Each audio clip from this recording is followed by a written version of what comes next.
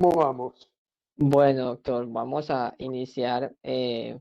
Acá me están comunicando algún colega que iba a entrar, pero no puede. Yo extendí la invitación por Facebook y bueno, pues vamos a ver quién llega. Si no llega nadie, pues hablamos del tema tuyo, pues sí. Muy bien. Estamos en estudios psicoanalíticos, una actividad que se hace en Armenia Quindío para promover los estudios y el avance en la teoría y la técnica clínica del psicoanálisis. Hoy, de nuevo, con el doctor Luis Eduardo Schnickman, psicoanalista médico, docente, y bueno, tiene un amplio currículo de presentación. En este momento voy a leer entonces el póster para como introducir el tema que nos convoca en la tarde de hoy, que trata sobre,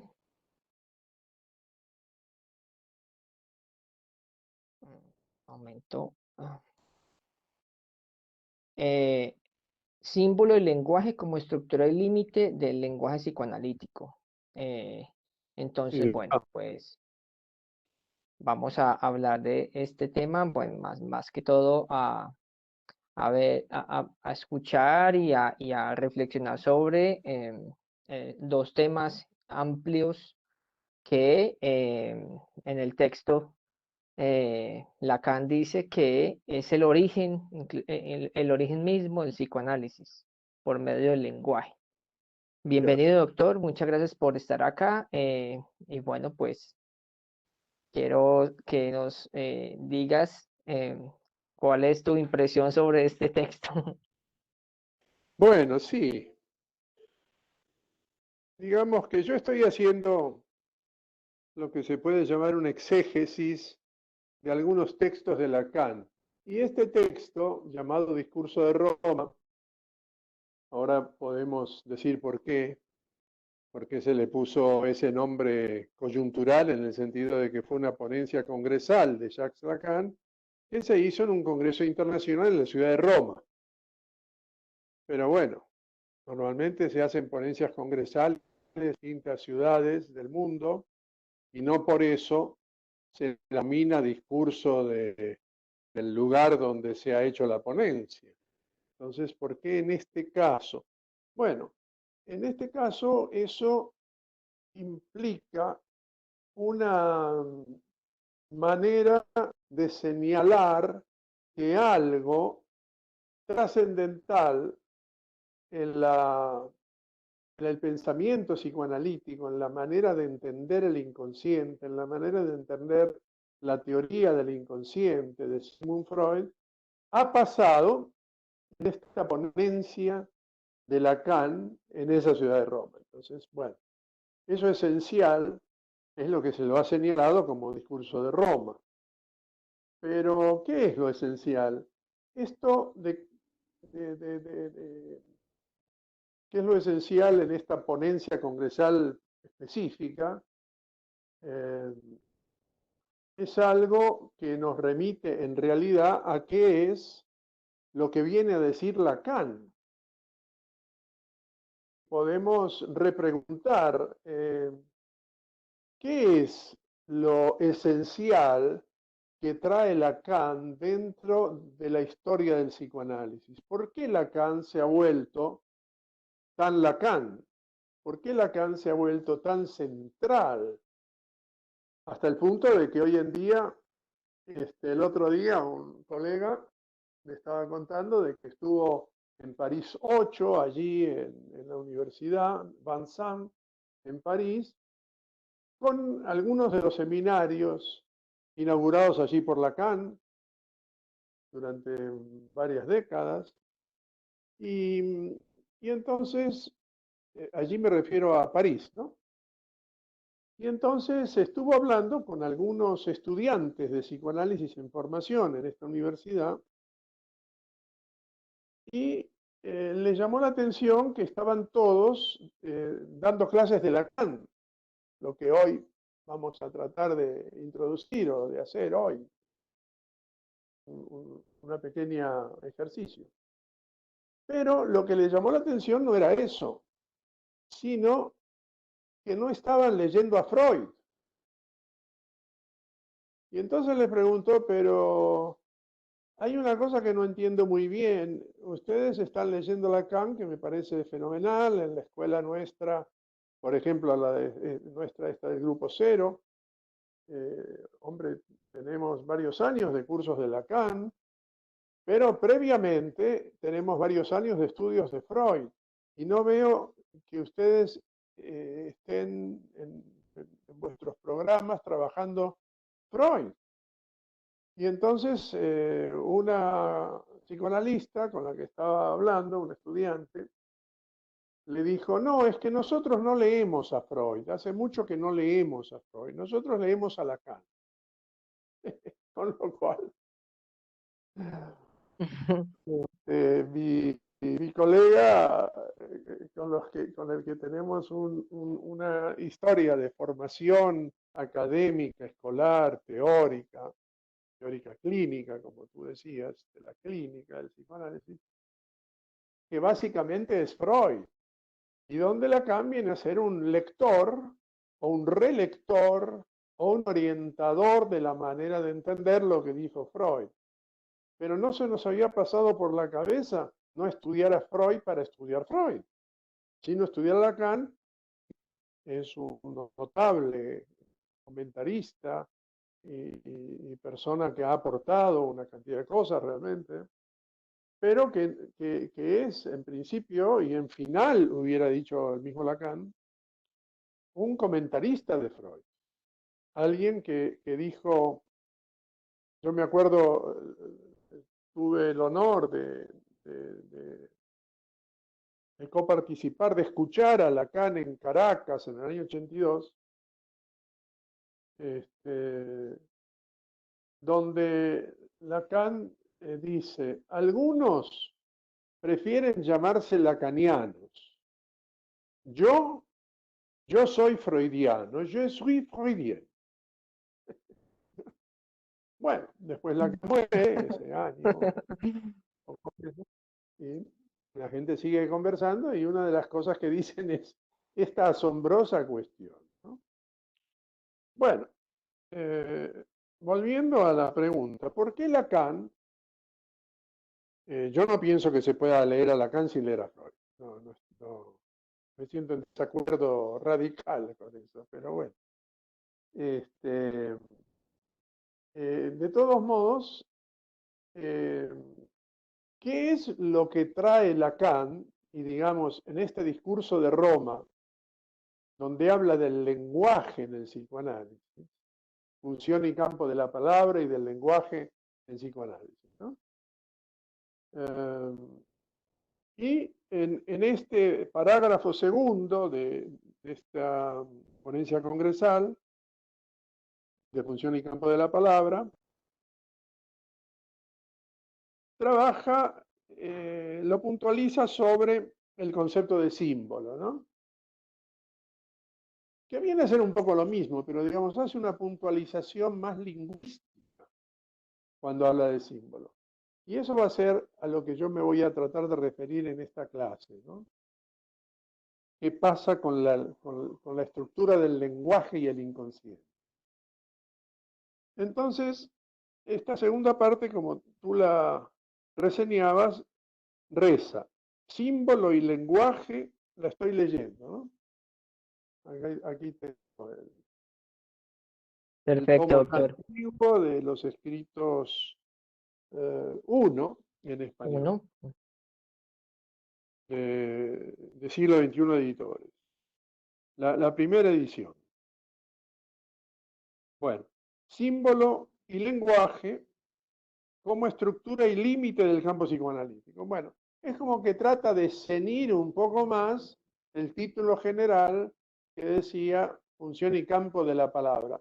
Es decir, función y campo de la palabra y símbolo y lenguaje como estructura o función y campo de la palabra y del lenguaje en psicoanálisis, o símbolo y lectura, símbolo y lenguaje como estructura y límite del campo psíquico. Hay como decir lo mismo, pero lo que agrega es la palabra símbolo. ¿Por qué? Bueno, avanzaba recién en el sentido de decir que es porque él está, y esta es la trascendencia de esta ponencia de Roma, está tratando de entender con precisión qué tiene que ver el lenguaje con el inconsciente. Toda una gran interrogación. Y aquí en la segunda parte, donde habla de símbolo, el lenguaje como estructura y como límite del campo, de lo que se mueve en el inconsciente. El campo psicoanalítico es el concepto de inconsciente. Entonces, lo que se mueve en el inconsciente es un concepto de símbolo que está en la estructura de lo que se llama lenguaje. Bueno, él está ahora tratando de elucidar de qué está hablando.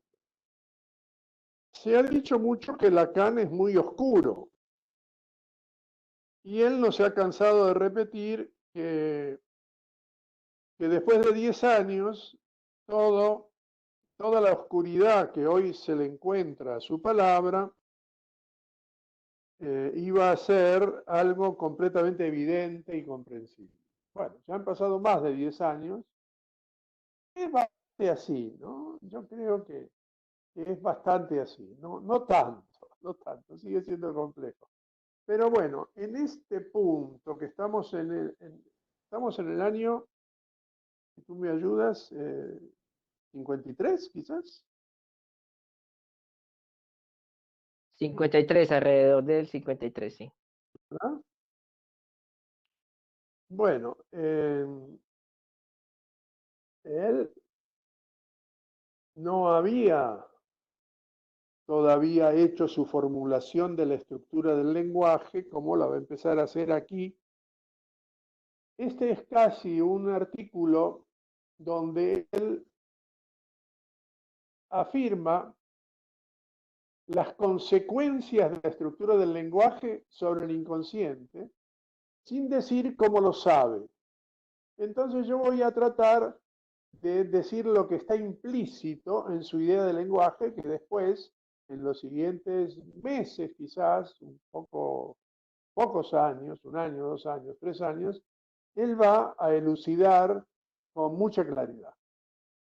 Conocemos el tema de que el lenguaje tiene una historia científica, una historia de cómo comprender su funcionamiento, que tiene que ver con algo que empieza en los mitos bíblicos, judío-cristianos, donde, donde llega Dios y les enseña a los hombres los nombres de cada cosa que hay en el mundo. La consecuencia del pecado de Adán y Eva, tentados por la sabiduría que estaba en la serpiente, en el paraíso. Y entonces, cuando comen de la fruta de la sabiduría, de la manzana de la sabiduría, se dan cuenta que están desnudos, dice la Biblia, ¿no? Y entonces,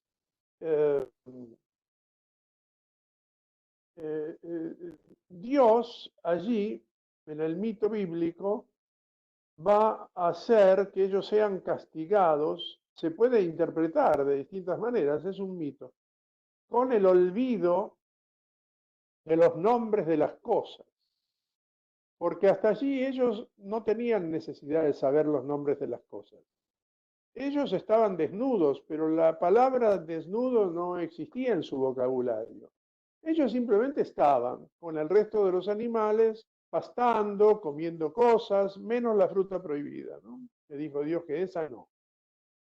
Y entonces, a partir de ahí, baja Dios de los cielos, les dice que van a entrar en una oscuridad, que van a vivir en el infierno a partir de ahí, y para que se orienten en el infierno, les va a decir cómo se llama cada cosa que hay en el infierno. al árbol lo llama árbol, al pasto lo llama pasto, a la piedra la llama piedra, etcétera, etcétera.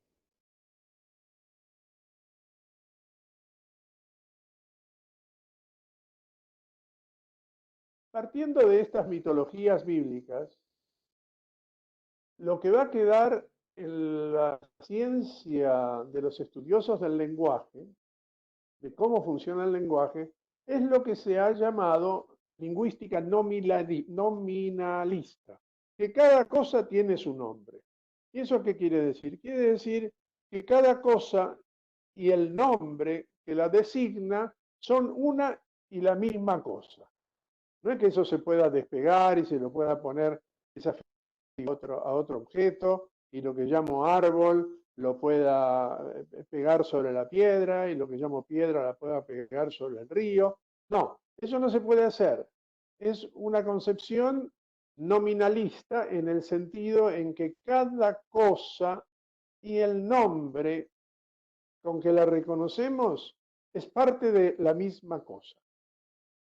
Eso no se puede cambiar. Bueno, eso ha regido durante los miles de años. La lingüística nominalista basada en ese concepto.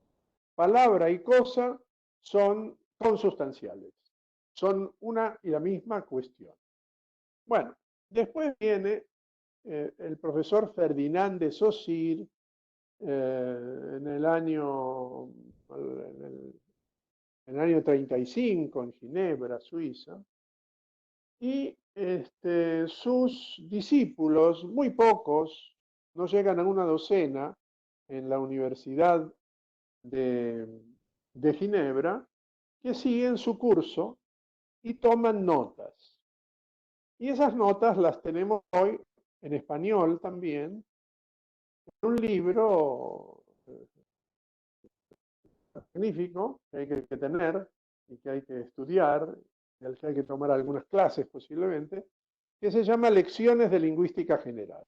Bueno, este teórico de la lingüística cambia la idea de que la cosa y su nombre son potenciales, cambia la idea de la lingüística nominalista por lo que se llama lingüística estructural. Y la lingüística estructural, y esto es lo que está pensando Lacan en este trozo cuando habla de símbolo, lenguaje, estructura, campo inconsciente, es cómo funciona esta lingüística estructural, que es saussuriana, en realidad es saussuriana y lacaniana, porque ahí hay una historia. Lacan pues ha estudiado muchas cosas, entre ellas la lingüística y la historia de la lingüística. Y entonces él estudia a Saussure en este libro, incluso corrige algunas cosas, porque Saussure, al hacer los esquemas de cómo funcionaba cada palabra, de cómo estaba el funcionamiento del lenguaje en cada símbolo, como dice aquí el símbolo, pero digamos en cada palabra, él encuentra que las palabras están ligadas entre sí, relacionadas entre sí, como un todo. Es decir, las palabras tienen tres partes: un numerador, un denominador y una línea que separa el numerador del denominador. El numerador lo llama significante, el denominador lo llama significado. El significante es la parte fonética del lenguaje, es el sonido. Si uno dice árbol, el significante es lo que se pronunciaría como árbol, ¿no? Así, como al tonto. El sonido, el puro sonido. Pero en eso no hay sentido. Eso es un puro sonido, es una cuestión fonética que está metida en cada palabra. Entonces, pegado en apariencia en esa ecuación saussuriana, a cada sonido está el significado o sentido de ese sonido. de árbol, el significado es el que surge en nuestra conciencia, ¿no? El arbolito. Uno podría decir planta, lo mismo, un arbolito chiquito. Casa, lo mismo. Bueno, todo lo que nos resuena en la lengua materna o la que habláramos, cuando se pronuncia cada entidad acústica de cada palabra, cada significante, inmediatamente la conciencia despierta un sentido, ¿no? O un significado. Entonces, ¿cuál es la importancia de todo esto? Bueno, la importancia de todo esto, Lacan se da cuenta, es que no es posible que las palabras se unan como un todo, el árbol con la piedra, con la pintura verde, con la casa. No, no se puede. ¿Por qué? Bueno, porque por una razón matemática, porque no se pueden organizar series que matemáticamente no sean acotables y discretas. Ese concepto de la serie numérica matemática, ¿no? Tú no puedes hacer una serie del 1 al 10 o del 1 al 1, donde se te confunda todo. Cada cosa tiene que ser acotable, tiene que ser distinta a las otras, reconocible en su particularidad como distinta a las otras del millón o de la cifra que estés redondeando. Entonces tienen que ser diferenciables, tienen que ser acotables y discretos. ¿Y discreto qué quiere decir? Bueno, es un poco lo mismo, que no se puedan confundir todas con todas, porque si no, como en la Torre de Babel, que es otro mito bíblico, se confundirían todas las lenguas. Entonces, ¿cómo se pueden unir las palabras o estos núcleos simbólicos del lenguaje? Bueno, se pueden unir en la serie de los significantes, es decir, de las entidades sonoras de cada palabra, porque las entidades sonoras de cada palabra están organizadas como una serie numérica de 28 números, traducidos a sonidos, pero el abecedario tiene 28 en español, tiene 28 cifras. Entonces tú puedes combinar de una manera casi infinita 28 cifras. Y entonces ahí no se te van a confundir las palabras. Pero entonces las palabras ya no trae pegado el sonido a la cosa o la cosa al sonido, sino que lo que está pegado entre sí, o relacionado más bien, son los sonidos de cada palabra. ¿Y los significados de dónde salen? Bueno, los significados salen, por eso se habla de lingüística estructural, salen de, de la, del tipo de combinación de significantes, del tipo de combinación numérica de las palabras. Si tú combinas en el inconsciente unos significantes con otros y con otros y con otros, vas a tener, cuando pronuncies cada palabra, cada significante, en tu conciencia un significado. Pero si le cambias, digamos cualquier cosa, la mitad de los significantes que están combinados en esa redecilla, en esa ruedita de significantes que forman el inconsciente, tú vas a tener que cada, eh, cada significante, cada unidad acústica de cada palabra se va a unir a otro significado. Y ese es el cuento que está pensando Lacan. Que según la forma de combinación de los símbolos, aquí lo llama símbolos, ¿no? Aproximándose a toda esta concepción, lo llama símbolos, que la forma de combinación de los símbolos es de donde se producen los significados. Si lo tomamos de un modo radical,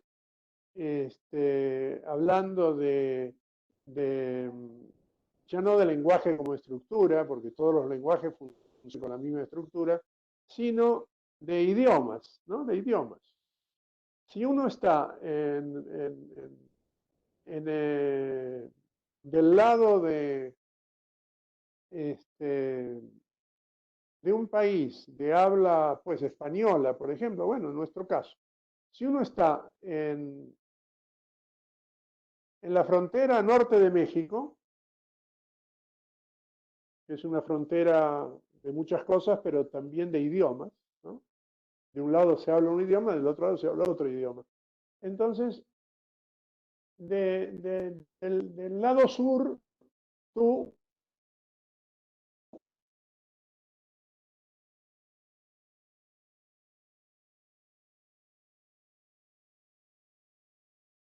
al otro lado, te tomas una lancha y te vas al otro lado, este, y tú dices árbol, te quedan mirando, no entienden cuál es el significado de ese ruido raro, ¿no? Este, y allí, cuando algún habitante de la lengua inglesa diga tree, si uno no conoce la lengua inglesa, a uno se le pone la misma cara de tonto porque tampoco entiende el significado. Pero sin embargo, hay una forma fonética del mismo significado en un caso tanto como en el otro.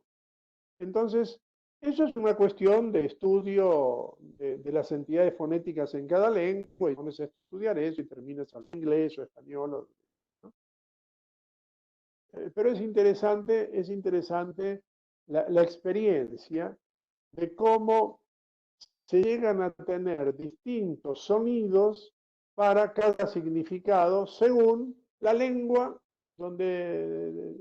madre que hayas aprendido, según donde has caído y donde has escuchado hablar, entonces tú vas a tener distintas cifras de significado para los distintos sonidos, hasta al hacer idiomas diferentes. Bueno, entonces él está pensando todas estas cosas. El símbolo, como lo trata aquí, es esa parte de los significantes, de los elementos sonoros de las palabras, que eso es lo que se une porque eso es matemáticamente diferenciable, simplemente por eso. Bueno, y ese es el gran aporte de Saussure, que lo hizo Saussure, pero Lacan vio que se equivocó al hacer los dibujitos y le puso la unión, habría que hacer aquí un dibujito. Le puso la unión en cuanto a la palabra entera, ¿no? Y eso no puede funcionar como palabra entera porque no es combinable. Entonces Lacan agarró y le puso la unión, una barrita horizontal de unión entre las partes sonoras o significantes. Bueno,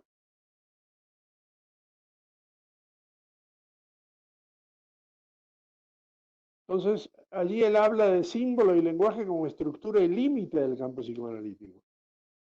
Ves que no es muy evidente en qué está pensando eso, pero mi lectura es que está pensando en esto que yo estoy tratando de descifrar. Bueno, voy a pasar a la página 95, donde hay unas frases, a la página 95 que viene a ser unas 10 páginas más adelante.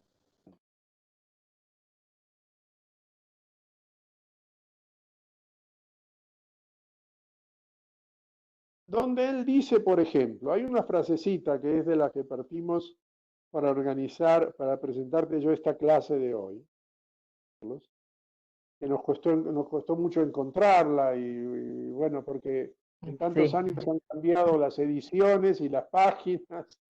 sí, sí. ¿Sabes cómo la terminé pudiéndote enviar? Para Buscándola en escribirla, Google. sí.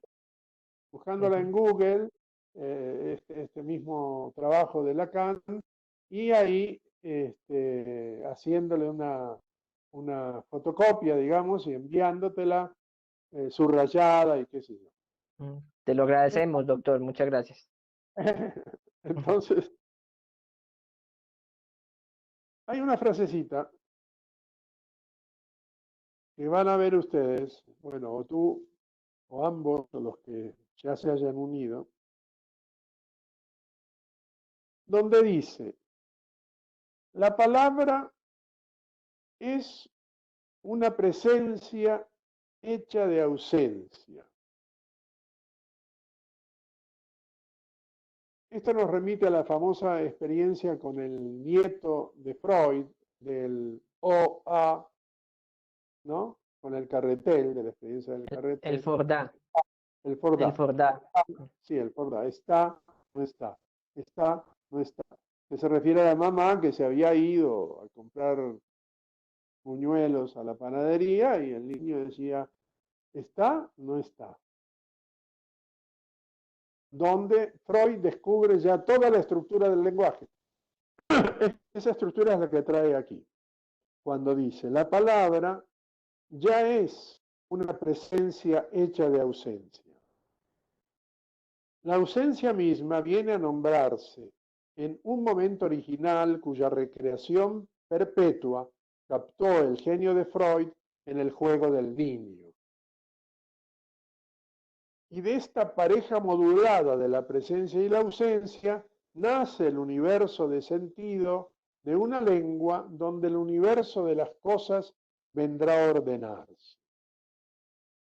Bueno, como vemos, aquí está toda la cosa que uno le sonaba y suena todavía.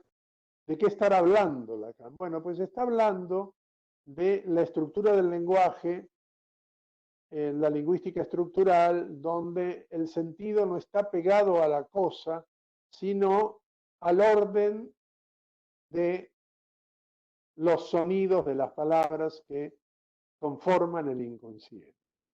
Va a decir, o podría decir más adelante, cuando tenga esto más claro, que inconsciente, que el inconsciente es el tesoro del significante, lo llama así en algún lugar, ¿no?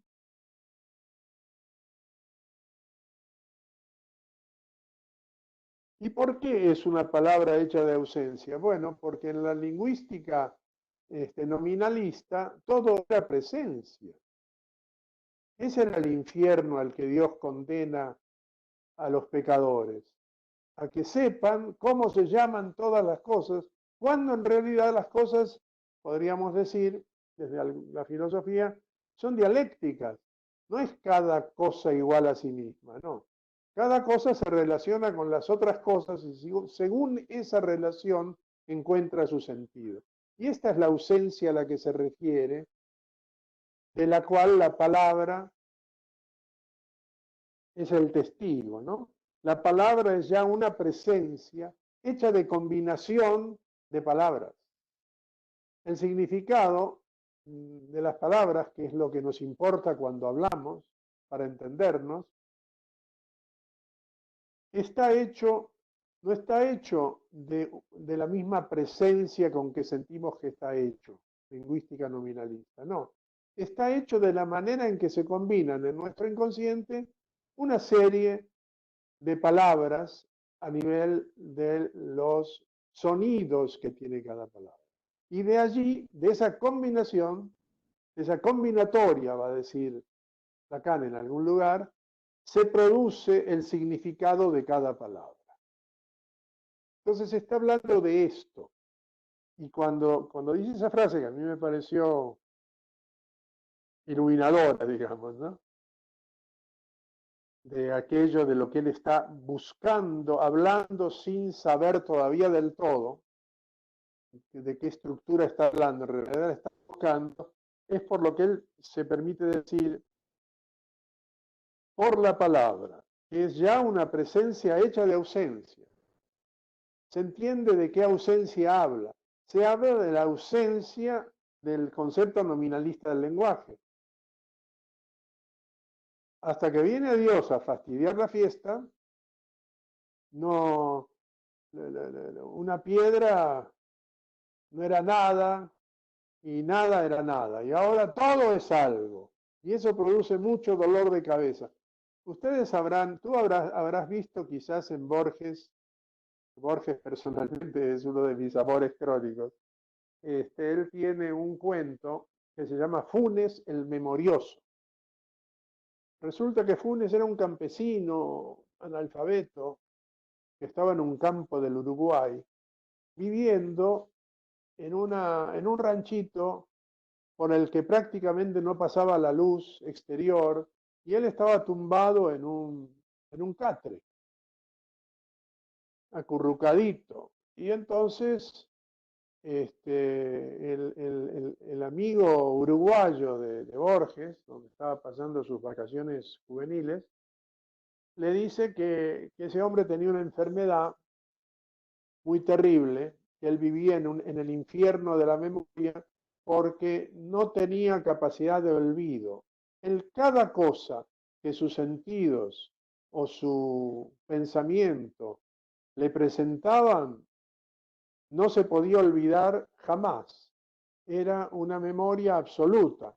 Entonces ese señor salir al atardecer, que podrá ser una experiencia agradable, universal para todos en el campo, para él era terrible porque aparecían 10.000 millones de bichos, de grillos, de cosas que hacían infinidad de ruidos y de sonidos, y se movían las hojitas de los árboles, y todo eso cambiaba, y él no se podía olvidar de nada de eso. Bueno, eso le hizo Dios, según esta interpretación mía, un poco personal, del mito de la lingüística estructural, cuando los condena a no tener olvido. Todo a partir de ese momento será algo que los perseguirá eternamente.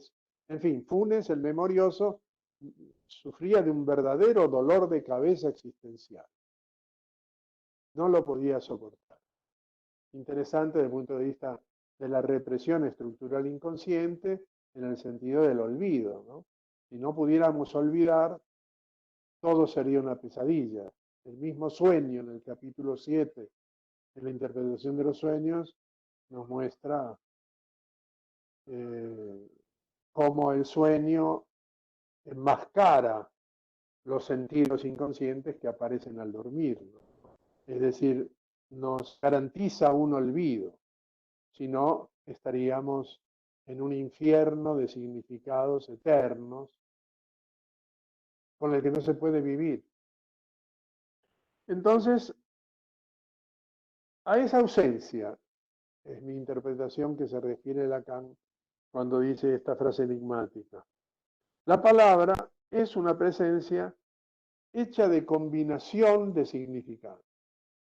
El significado, se podría traducir, es una presencia hecha de la combinación de los sonidos de la palabra.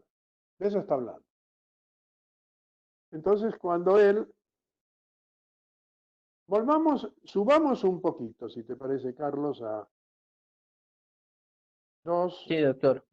párrafos anteriores, donde habla trata de acercarse a la idea de símbolo, ¿no? Que es lo que está trabajando.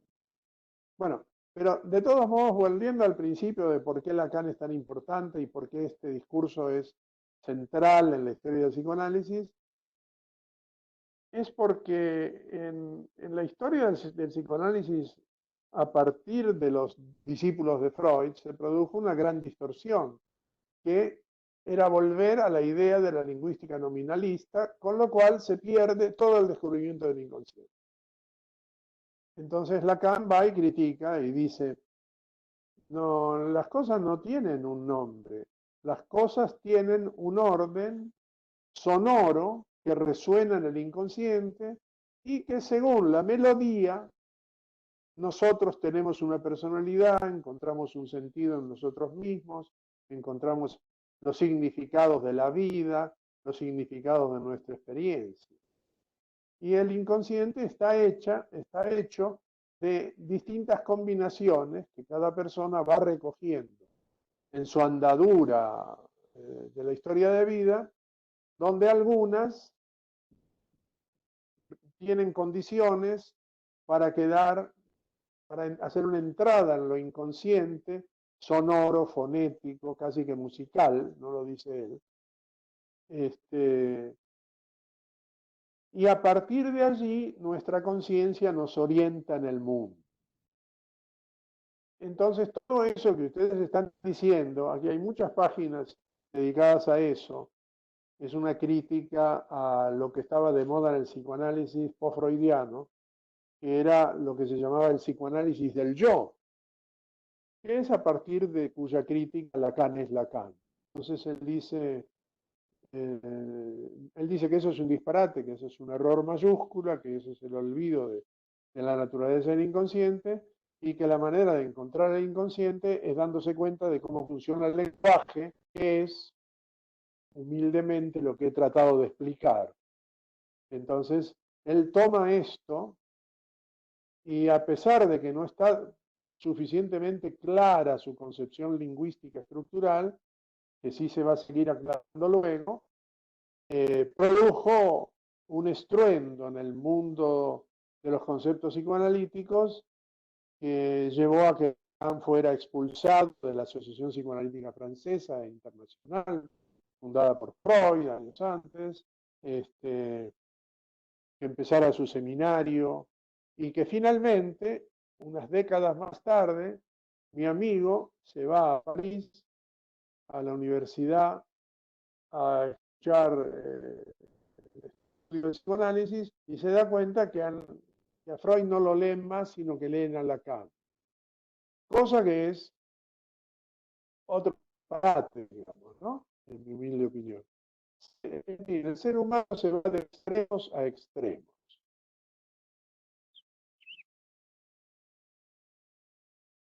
Sí, doctor. Bueno, paro aquí. Bueno, permíteme bueno, varias cosas que suscitas con esta reflexión y este análisis del texto lacaniano y de este texto fundante, pues, símbolo y lenguaje como estructura del límite del campo psicoanalítico, el discurso de Roma. Me parece una cosa bien llamativa lo que pasa con tu amigo y que va al París 8 y, y entonces eso es una tendencia. Yo pienso que es una tendencia. Yo escuché hace algún tiempo alguien que vino acá desde Bogotá, se decía como el director nacional de los estudios psicoanalíticos y decía, en Bogotá es donde existe el psicoanálisis, aquí no existe, ustedes no conocen eso.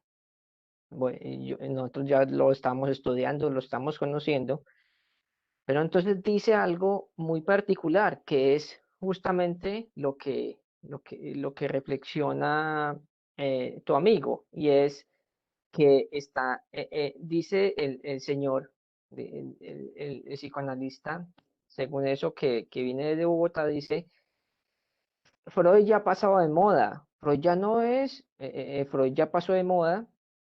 No podemos hablar de Freud, tenemos que hablar de los postfreudianos. Y entonces, como que en ese dicho de Freud pasó de moda, que es un disparate además, Lacan mismo dice, a Freud no se le ha terminado de descubrir. Es como si Freud todavía fuera un universo de sabiduría, de cosas que hay que avanzar.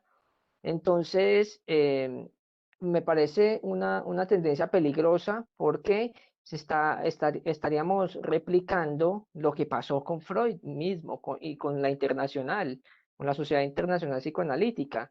Y es que entonces se separa, hay un rompimiento, no me acuerdo si en el 1912, con De Jung, Ferenczi, Otto Rank, bueno, todos estos psicoanalistas que estuvieron con Freud y se separan y comienzan a distorsionar, inclusive en escritos freudianos está como el intento que hace Freud para recoger las ideas y decir qué es lo que dijo él sin distorsionarlo, ¿sí? Establece como un diálogo ahí aclarando conceptos de parte de Jung, por ejemplo, en historia del movimiento psicoanalítico. Bueno, no me acuerdo bien de ese texto, de título de ese texto, pero él como que hace ese intento. Y entonces aquí también no está bien olvidar a Freud, porque es que hay que volver a Freud, lo dijo Lacan. Siempre fue un retorno a Freud y fue como la relectura, justamente lo que hizo eso. Lo que hizo fue eso, trascender unas ideas freudianas, unas ideas, inclusive Lacan, con el campo de la psicosis también sacó y trascendió de una manera importante el psicoanálisis, pero nunca dejó de volver a Freud. Entonces, por ejemplo, es un error pensar que Freud ha pasado de moda. No le cabe a nadie en la cabeza que Freud ha pasado de moda, ¿sí? Es tan peligroso como eso. Aquí en el texto que nos pasaste, dice Em, por casualidad, todo lo más expuesto o que se produce, bueno, en cierta tendencia de psicoanálisis, bajo el título La teoría del ego o técnica del análisis de las defensas. Fue todo lo que se produjo, por ejemplo, en el psicoanálisis inglés en el estadounidense, tratando de como hacer una teoría del yo, una teoría de cómo defender al yo o cómo tratar al yo, cómo fortalecer al yo. Y bueno, aquí siento que lo que hace Lacan es replantear eso y sacar como la evidencia de que el psicoanálisis funciona por parte de la palabra, por parte del símbolo y por parte del lenguaje. Y el comentario que también recuerdo en este momento es que Freud en su interpretación de los sueños habla del lenguaje, habla del símbolo, no, del lenguaje como, como que si el sueño fuera un jeroglífico que hay que descifrar. Entonces, es importante que desde 1900 Freud ya está hablando de que hay algo del lenguaje, de lo simbólico, del símbolo, que habla de cómo se estructura el inconsciente. Bueno, no lo dice de esa manera, pero ya hay algo en ese campo en donde se introduce. Em, y lo acabaste de comentar con el Forda. Justamente estamos leyendo, estamos haciendo la lectura de Más allá del principio del placer. Y en este texto, Freud habla de ese descubrimiento con su sobrino. Y me llama la atención cómo descubre eso, pero además también habla de la historia de, bueno, que el padre se fue para la guerra, el padre del sobrino que se fue para la guerra y bueno, él habla de la insatisfacción y la satisfacción en ese texto, del principio del placer y el principio, bueno, y la insatisfacción como principio también. Entonces, bueno, doctor, muchas gracias por abrir este campo, porque es un campo fundamental. Eh, no se puede hablar de psicoanálisis sin hablar de cómo la palabra y el lenguaje nos enredan la vida. Por ejemplo, en el caso de la nominación, de la lingüística nominal, y lo que hizo Dios, que comentabas ahorita, entonces esto se llama esto como un acto, como, como, como como la consecuencia de un pecado, pero también como, por ejemplo, pensaba en lo traumático o en la angustia y como el intento de dar palabra al sufrimiento, dar palabra por lo que se padece, ¿sí? Que es lo que nos encontramos en la clínica. Entonces, es interesante mirar desde ese punto. En las sesiones que hemos hecho, yo me he preguntado de dónde nace eso. de dónde nace? Bueno, ya sabemos que llegamos a un mundo simbólico, a un mundo lleno de palabras, lleno de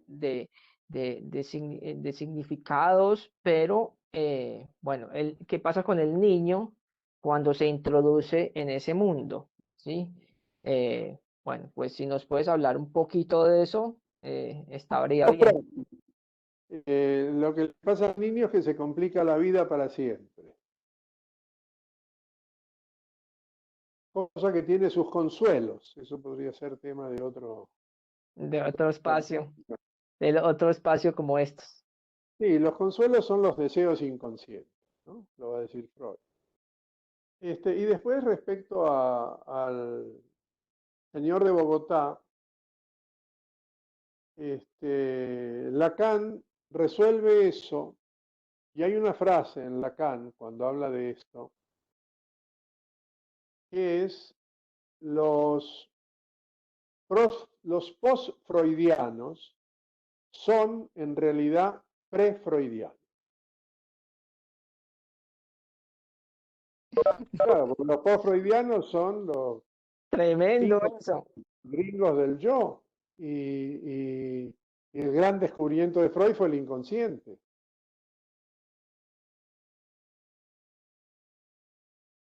No el yo. El yo ya se lo conocía. Entonces, los que hablan del yo como gran descubrimiento después de Freud, en realidad han caído antes del descubrimiento del inconsciente, es decir, no están hablando de psicoanálisis.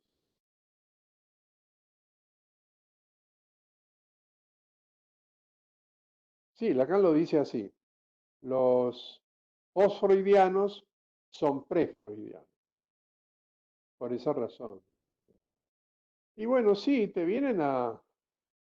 El lenguaje nos confunde la vida para siempre, es la torre de Babel, pero tiene sus consuelos porque al mismo tiempo el hecho de que cambiemos permanentemente, potencialmente, de sentidos a todas las realidades, nos permite un mundo el mundo de la creación y del arte. En el hermoso país de Colombia eh, hay tanta muerte, se mata tanto la gente y al mismo tiempo, en la misma dimensión, son igualmente creativos. Es un país lleno de arte y lleno de asesinatos. Y una cosa tiene que ver con la otra. Lo que pasa es que habría que ser un poco más noruego, no tan latino, ¿no? En ese sentido. Pero eso se aplica a todo el planeta. Pero bueno, aquí lo padecemos de manera local. Sí, es algo más Sí, directo. el no matarás del decálogo bíblico, este, en realidad, dejando de lado la, la forma eh, indicativa de dar una orden, ¿no? Que tiene el no matarás, en realidad la ley o el principio ético sería no matar.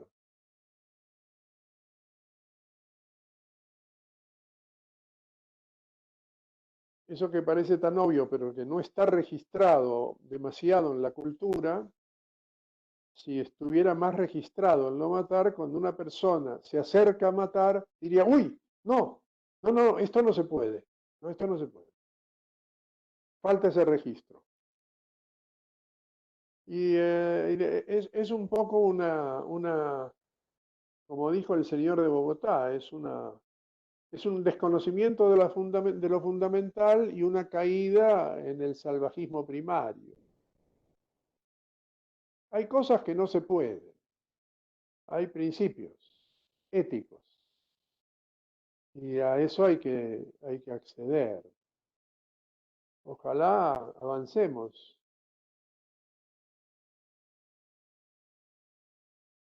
Sí, doctor, en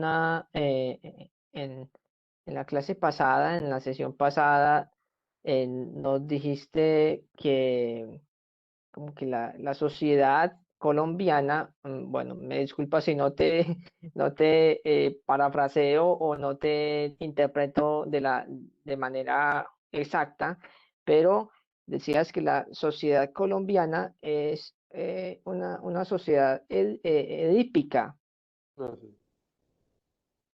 como que hay un conflicto como, bueno, lo edípico y bueno, más que todo el surgimiento del super yo, que es un surgimiento nada fácil, no es solamente la moral o la ética la que rige esta instancia, además, más allá del principio del placer lo dice, como que esto está entremezclado, estas instancias, lo estructural, pero sale un gran resentimiento a la salida del Edipo, pero estamos en la sociedad edípica. ¿Nos puedes hablar un poquito de eso, doctor?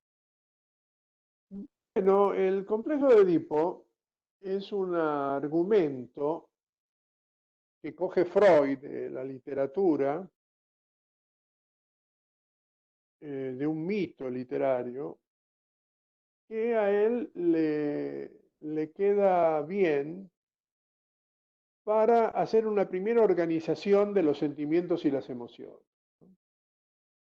No hay que tomar el complejo de Edipo como una cosa, este, no sé, como demasiado bíblica, ¿no? Es una manera bastante útil de organizar los primeros sentimientos y emociones en la vida del ser humano. Muestra que hay afectos, muestra que los primeros afectos son los más intensos, que llegan a lindar con el deseo de muerte, que llegan a producir el sentimiento de culpa, en fin, es un esquema de organización de las emociones y sentimientos iniciales del ser humano. Entonces, a partir de ahí, es un esquema, es decir, es una cosa muy sencilla, muy simple, simplecita. Entonces, a partir de ahí, hay que aprender a pensar de manera dialéctica, de manera más compleja, más complicada, no tan simple. Entonces uno se va a dar cuenta que aquello que ama también lo odia, que aquello que odia también lo ama un poquito, que aquello que siente con una intensidad extraordinaria puede ser igualmente sentido con una menor intensidad y puede haber un juego de intercambio de emociones y sentimientos según lo que el criterio de realidad, es decir, el pensamiento sobre la experiencia cotidiana de las emociones y de las experiencias sentimentales, le vaya dando elementos al ser humano para reorganizar, digamos. Entonces se sale del Edipo. Si el super yo lo dices bien, el super yo es como la salida del Edipo, pero todavía muy edípica, porque el super yo es muy ordenador, es muy paranoico, es muy obligador, es muy como la Biblia, no matarás, no, no matar. Entonces, cuando se pasa del super yo y del Edipo, el no matarás queda en no matar. Bueno, no hemos llegado al no matar, no solo en Colombia, el mundo, dicen los antropólogos, es muy joven, la humanidad, porque tiene apenas 6.000, no me da mucho caso en las cifras, no soy muy de números, pero digamos 6.000 millones de años. Y eso parece que en la evolución de las especies es muy poquitico. Entonces ellos dicen, apenas con 6.000 millones de años, o con 6.000 años, no, creo que eran 6.000 millones de años, que impresiona más, no podemos tener muy elaborado el Edipo, es como si dijera. Bueno, pues nos faltan unos miles de años, pero sería mejor avanzar en la complejización del pensamiento, tener un pensamiento más dialéctico, más de lingüística estructural, más de que las cosas se combinan y según eso se producen los significados que un pensamiento rígido como la lingüística estructural. Pero claro, la lingüística estructural, desde que comienza la cultura entendida como escritura, el registro escritural, ha sido toda nuestra historia, ¿no? Llevamos 5 o 6 mil años de pensar que las cosas son como suenan, y eso es muy edípico. Es muy edípico, incluso preedípico, pero no, lo preedípico es edípico. Son cosas que hay que seguir pensando, hay que liberarse de paradigmas y ataduras de que las cosas son como son. Hay principios para tener criterios sobre la realidad, pero la realidad es, como decía Nietzsche, ¿no? La realidad es una interpretación. Y Freud tiene que ver con eso. Acuérdate que Freud y Nietzsche son colegas de época. Sí, sí, sí. Dialogan, inclusive Nietzsche en algún momento habla de histeria. Por allá en la genealogía de la moral, habla de algo histérico. Y bueno, sí, tiene relación, seguramente, no sé bien el dato, pero Freud lo habrá leído. A mí me parece que le hubiera venido bien a Nietzsche psicoanalizarse con Freud, porque no hubiera tenido necesidad. Sí, no, te digo porque él como para forzar su símbolo de pensamiento, renunció a la academia y se convirtió en un maldito para todo el pensamiento de su época. Bueno, le funcionó porque se convirtió en Nietzsche, era un genio. Pero podía haber sido un genio sin renunciar a la academia, sin hacerse enemigo de todo el mundo.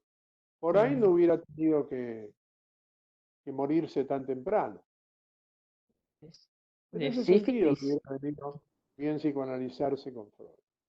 No porque Ujú, Freud fuera más inteligente, no había nadie más inteligente que Nietzsche. Pero ujú, Freud era el más inteligente de su época en el sentido de que construyó el concepto de inconsciente. claro, sí. Bueno, doctor, no sé si hay algo más que decir. Ya estamos rodeando la hora de esta sesión de estudios psicoanalíticos. Muchas gracias de nuevo por estar acá y por regalarnos de tus elaboraciones y de tu teorización y de tu pensamiento psicoanalítico. Lo valoramos Muchísimas mucho. gracias, es un honor siempre poder estar en tu espacio. Perfecto, doctor. Entonces, bueno, pues Creo muchas gracias. Sí, con Bogotá. ¿qué dices, doctor? Creo que no tiene por qué compararse con Bogotá. Sí, sí, pues claro, Lo hay importante es cosas, el discurso. sí, sí, sí, sí. No, en la comparación siempre se sale perdiendo y no, y no es tan cómoda, tan cómoda mirarse en ese espejo de la comparación. Muy bien, muy bien. Muchas gracias. Bueno, doctor, muchos éxitos, feliz fin de semana, que estés muy Igualmente, bien. que todo se Estaremos en organice. contacto. Gracias.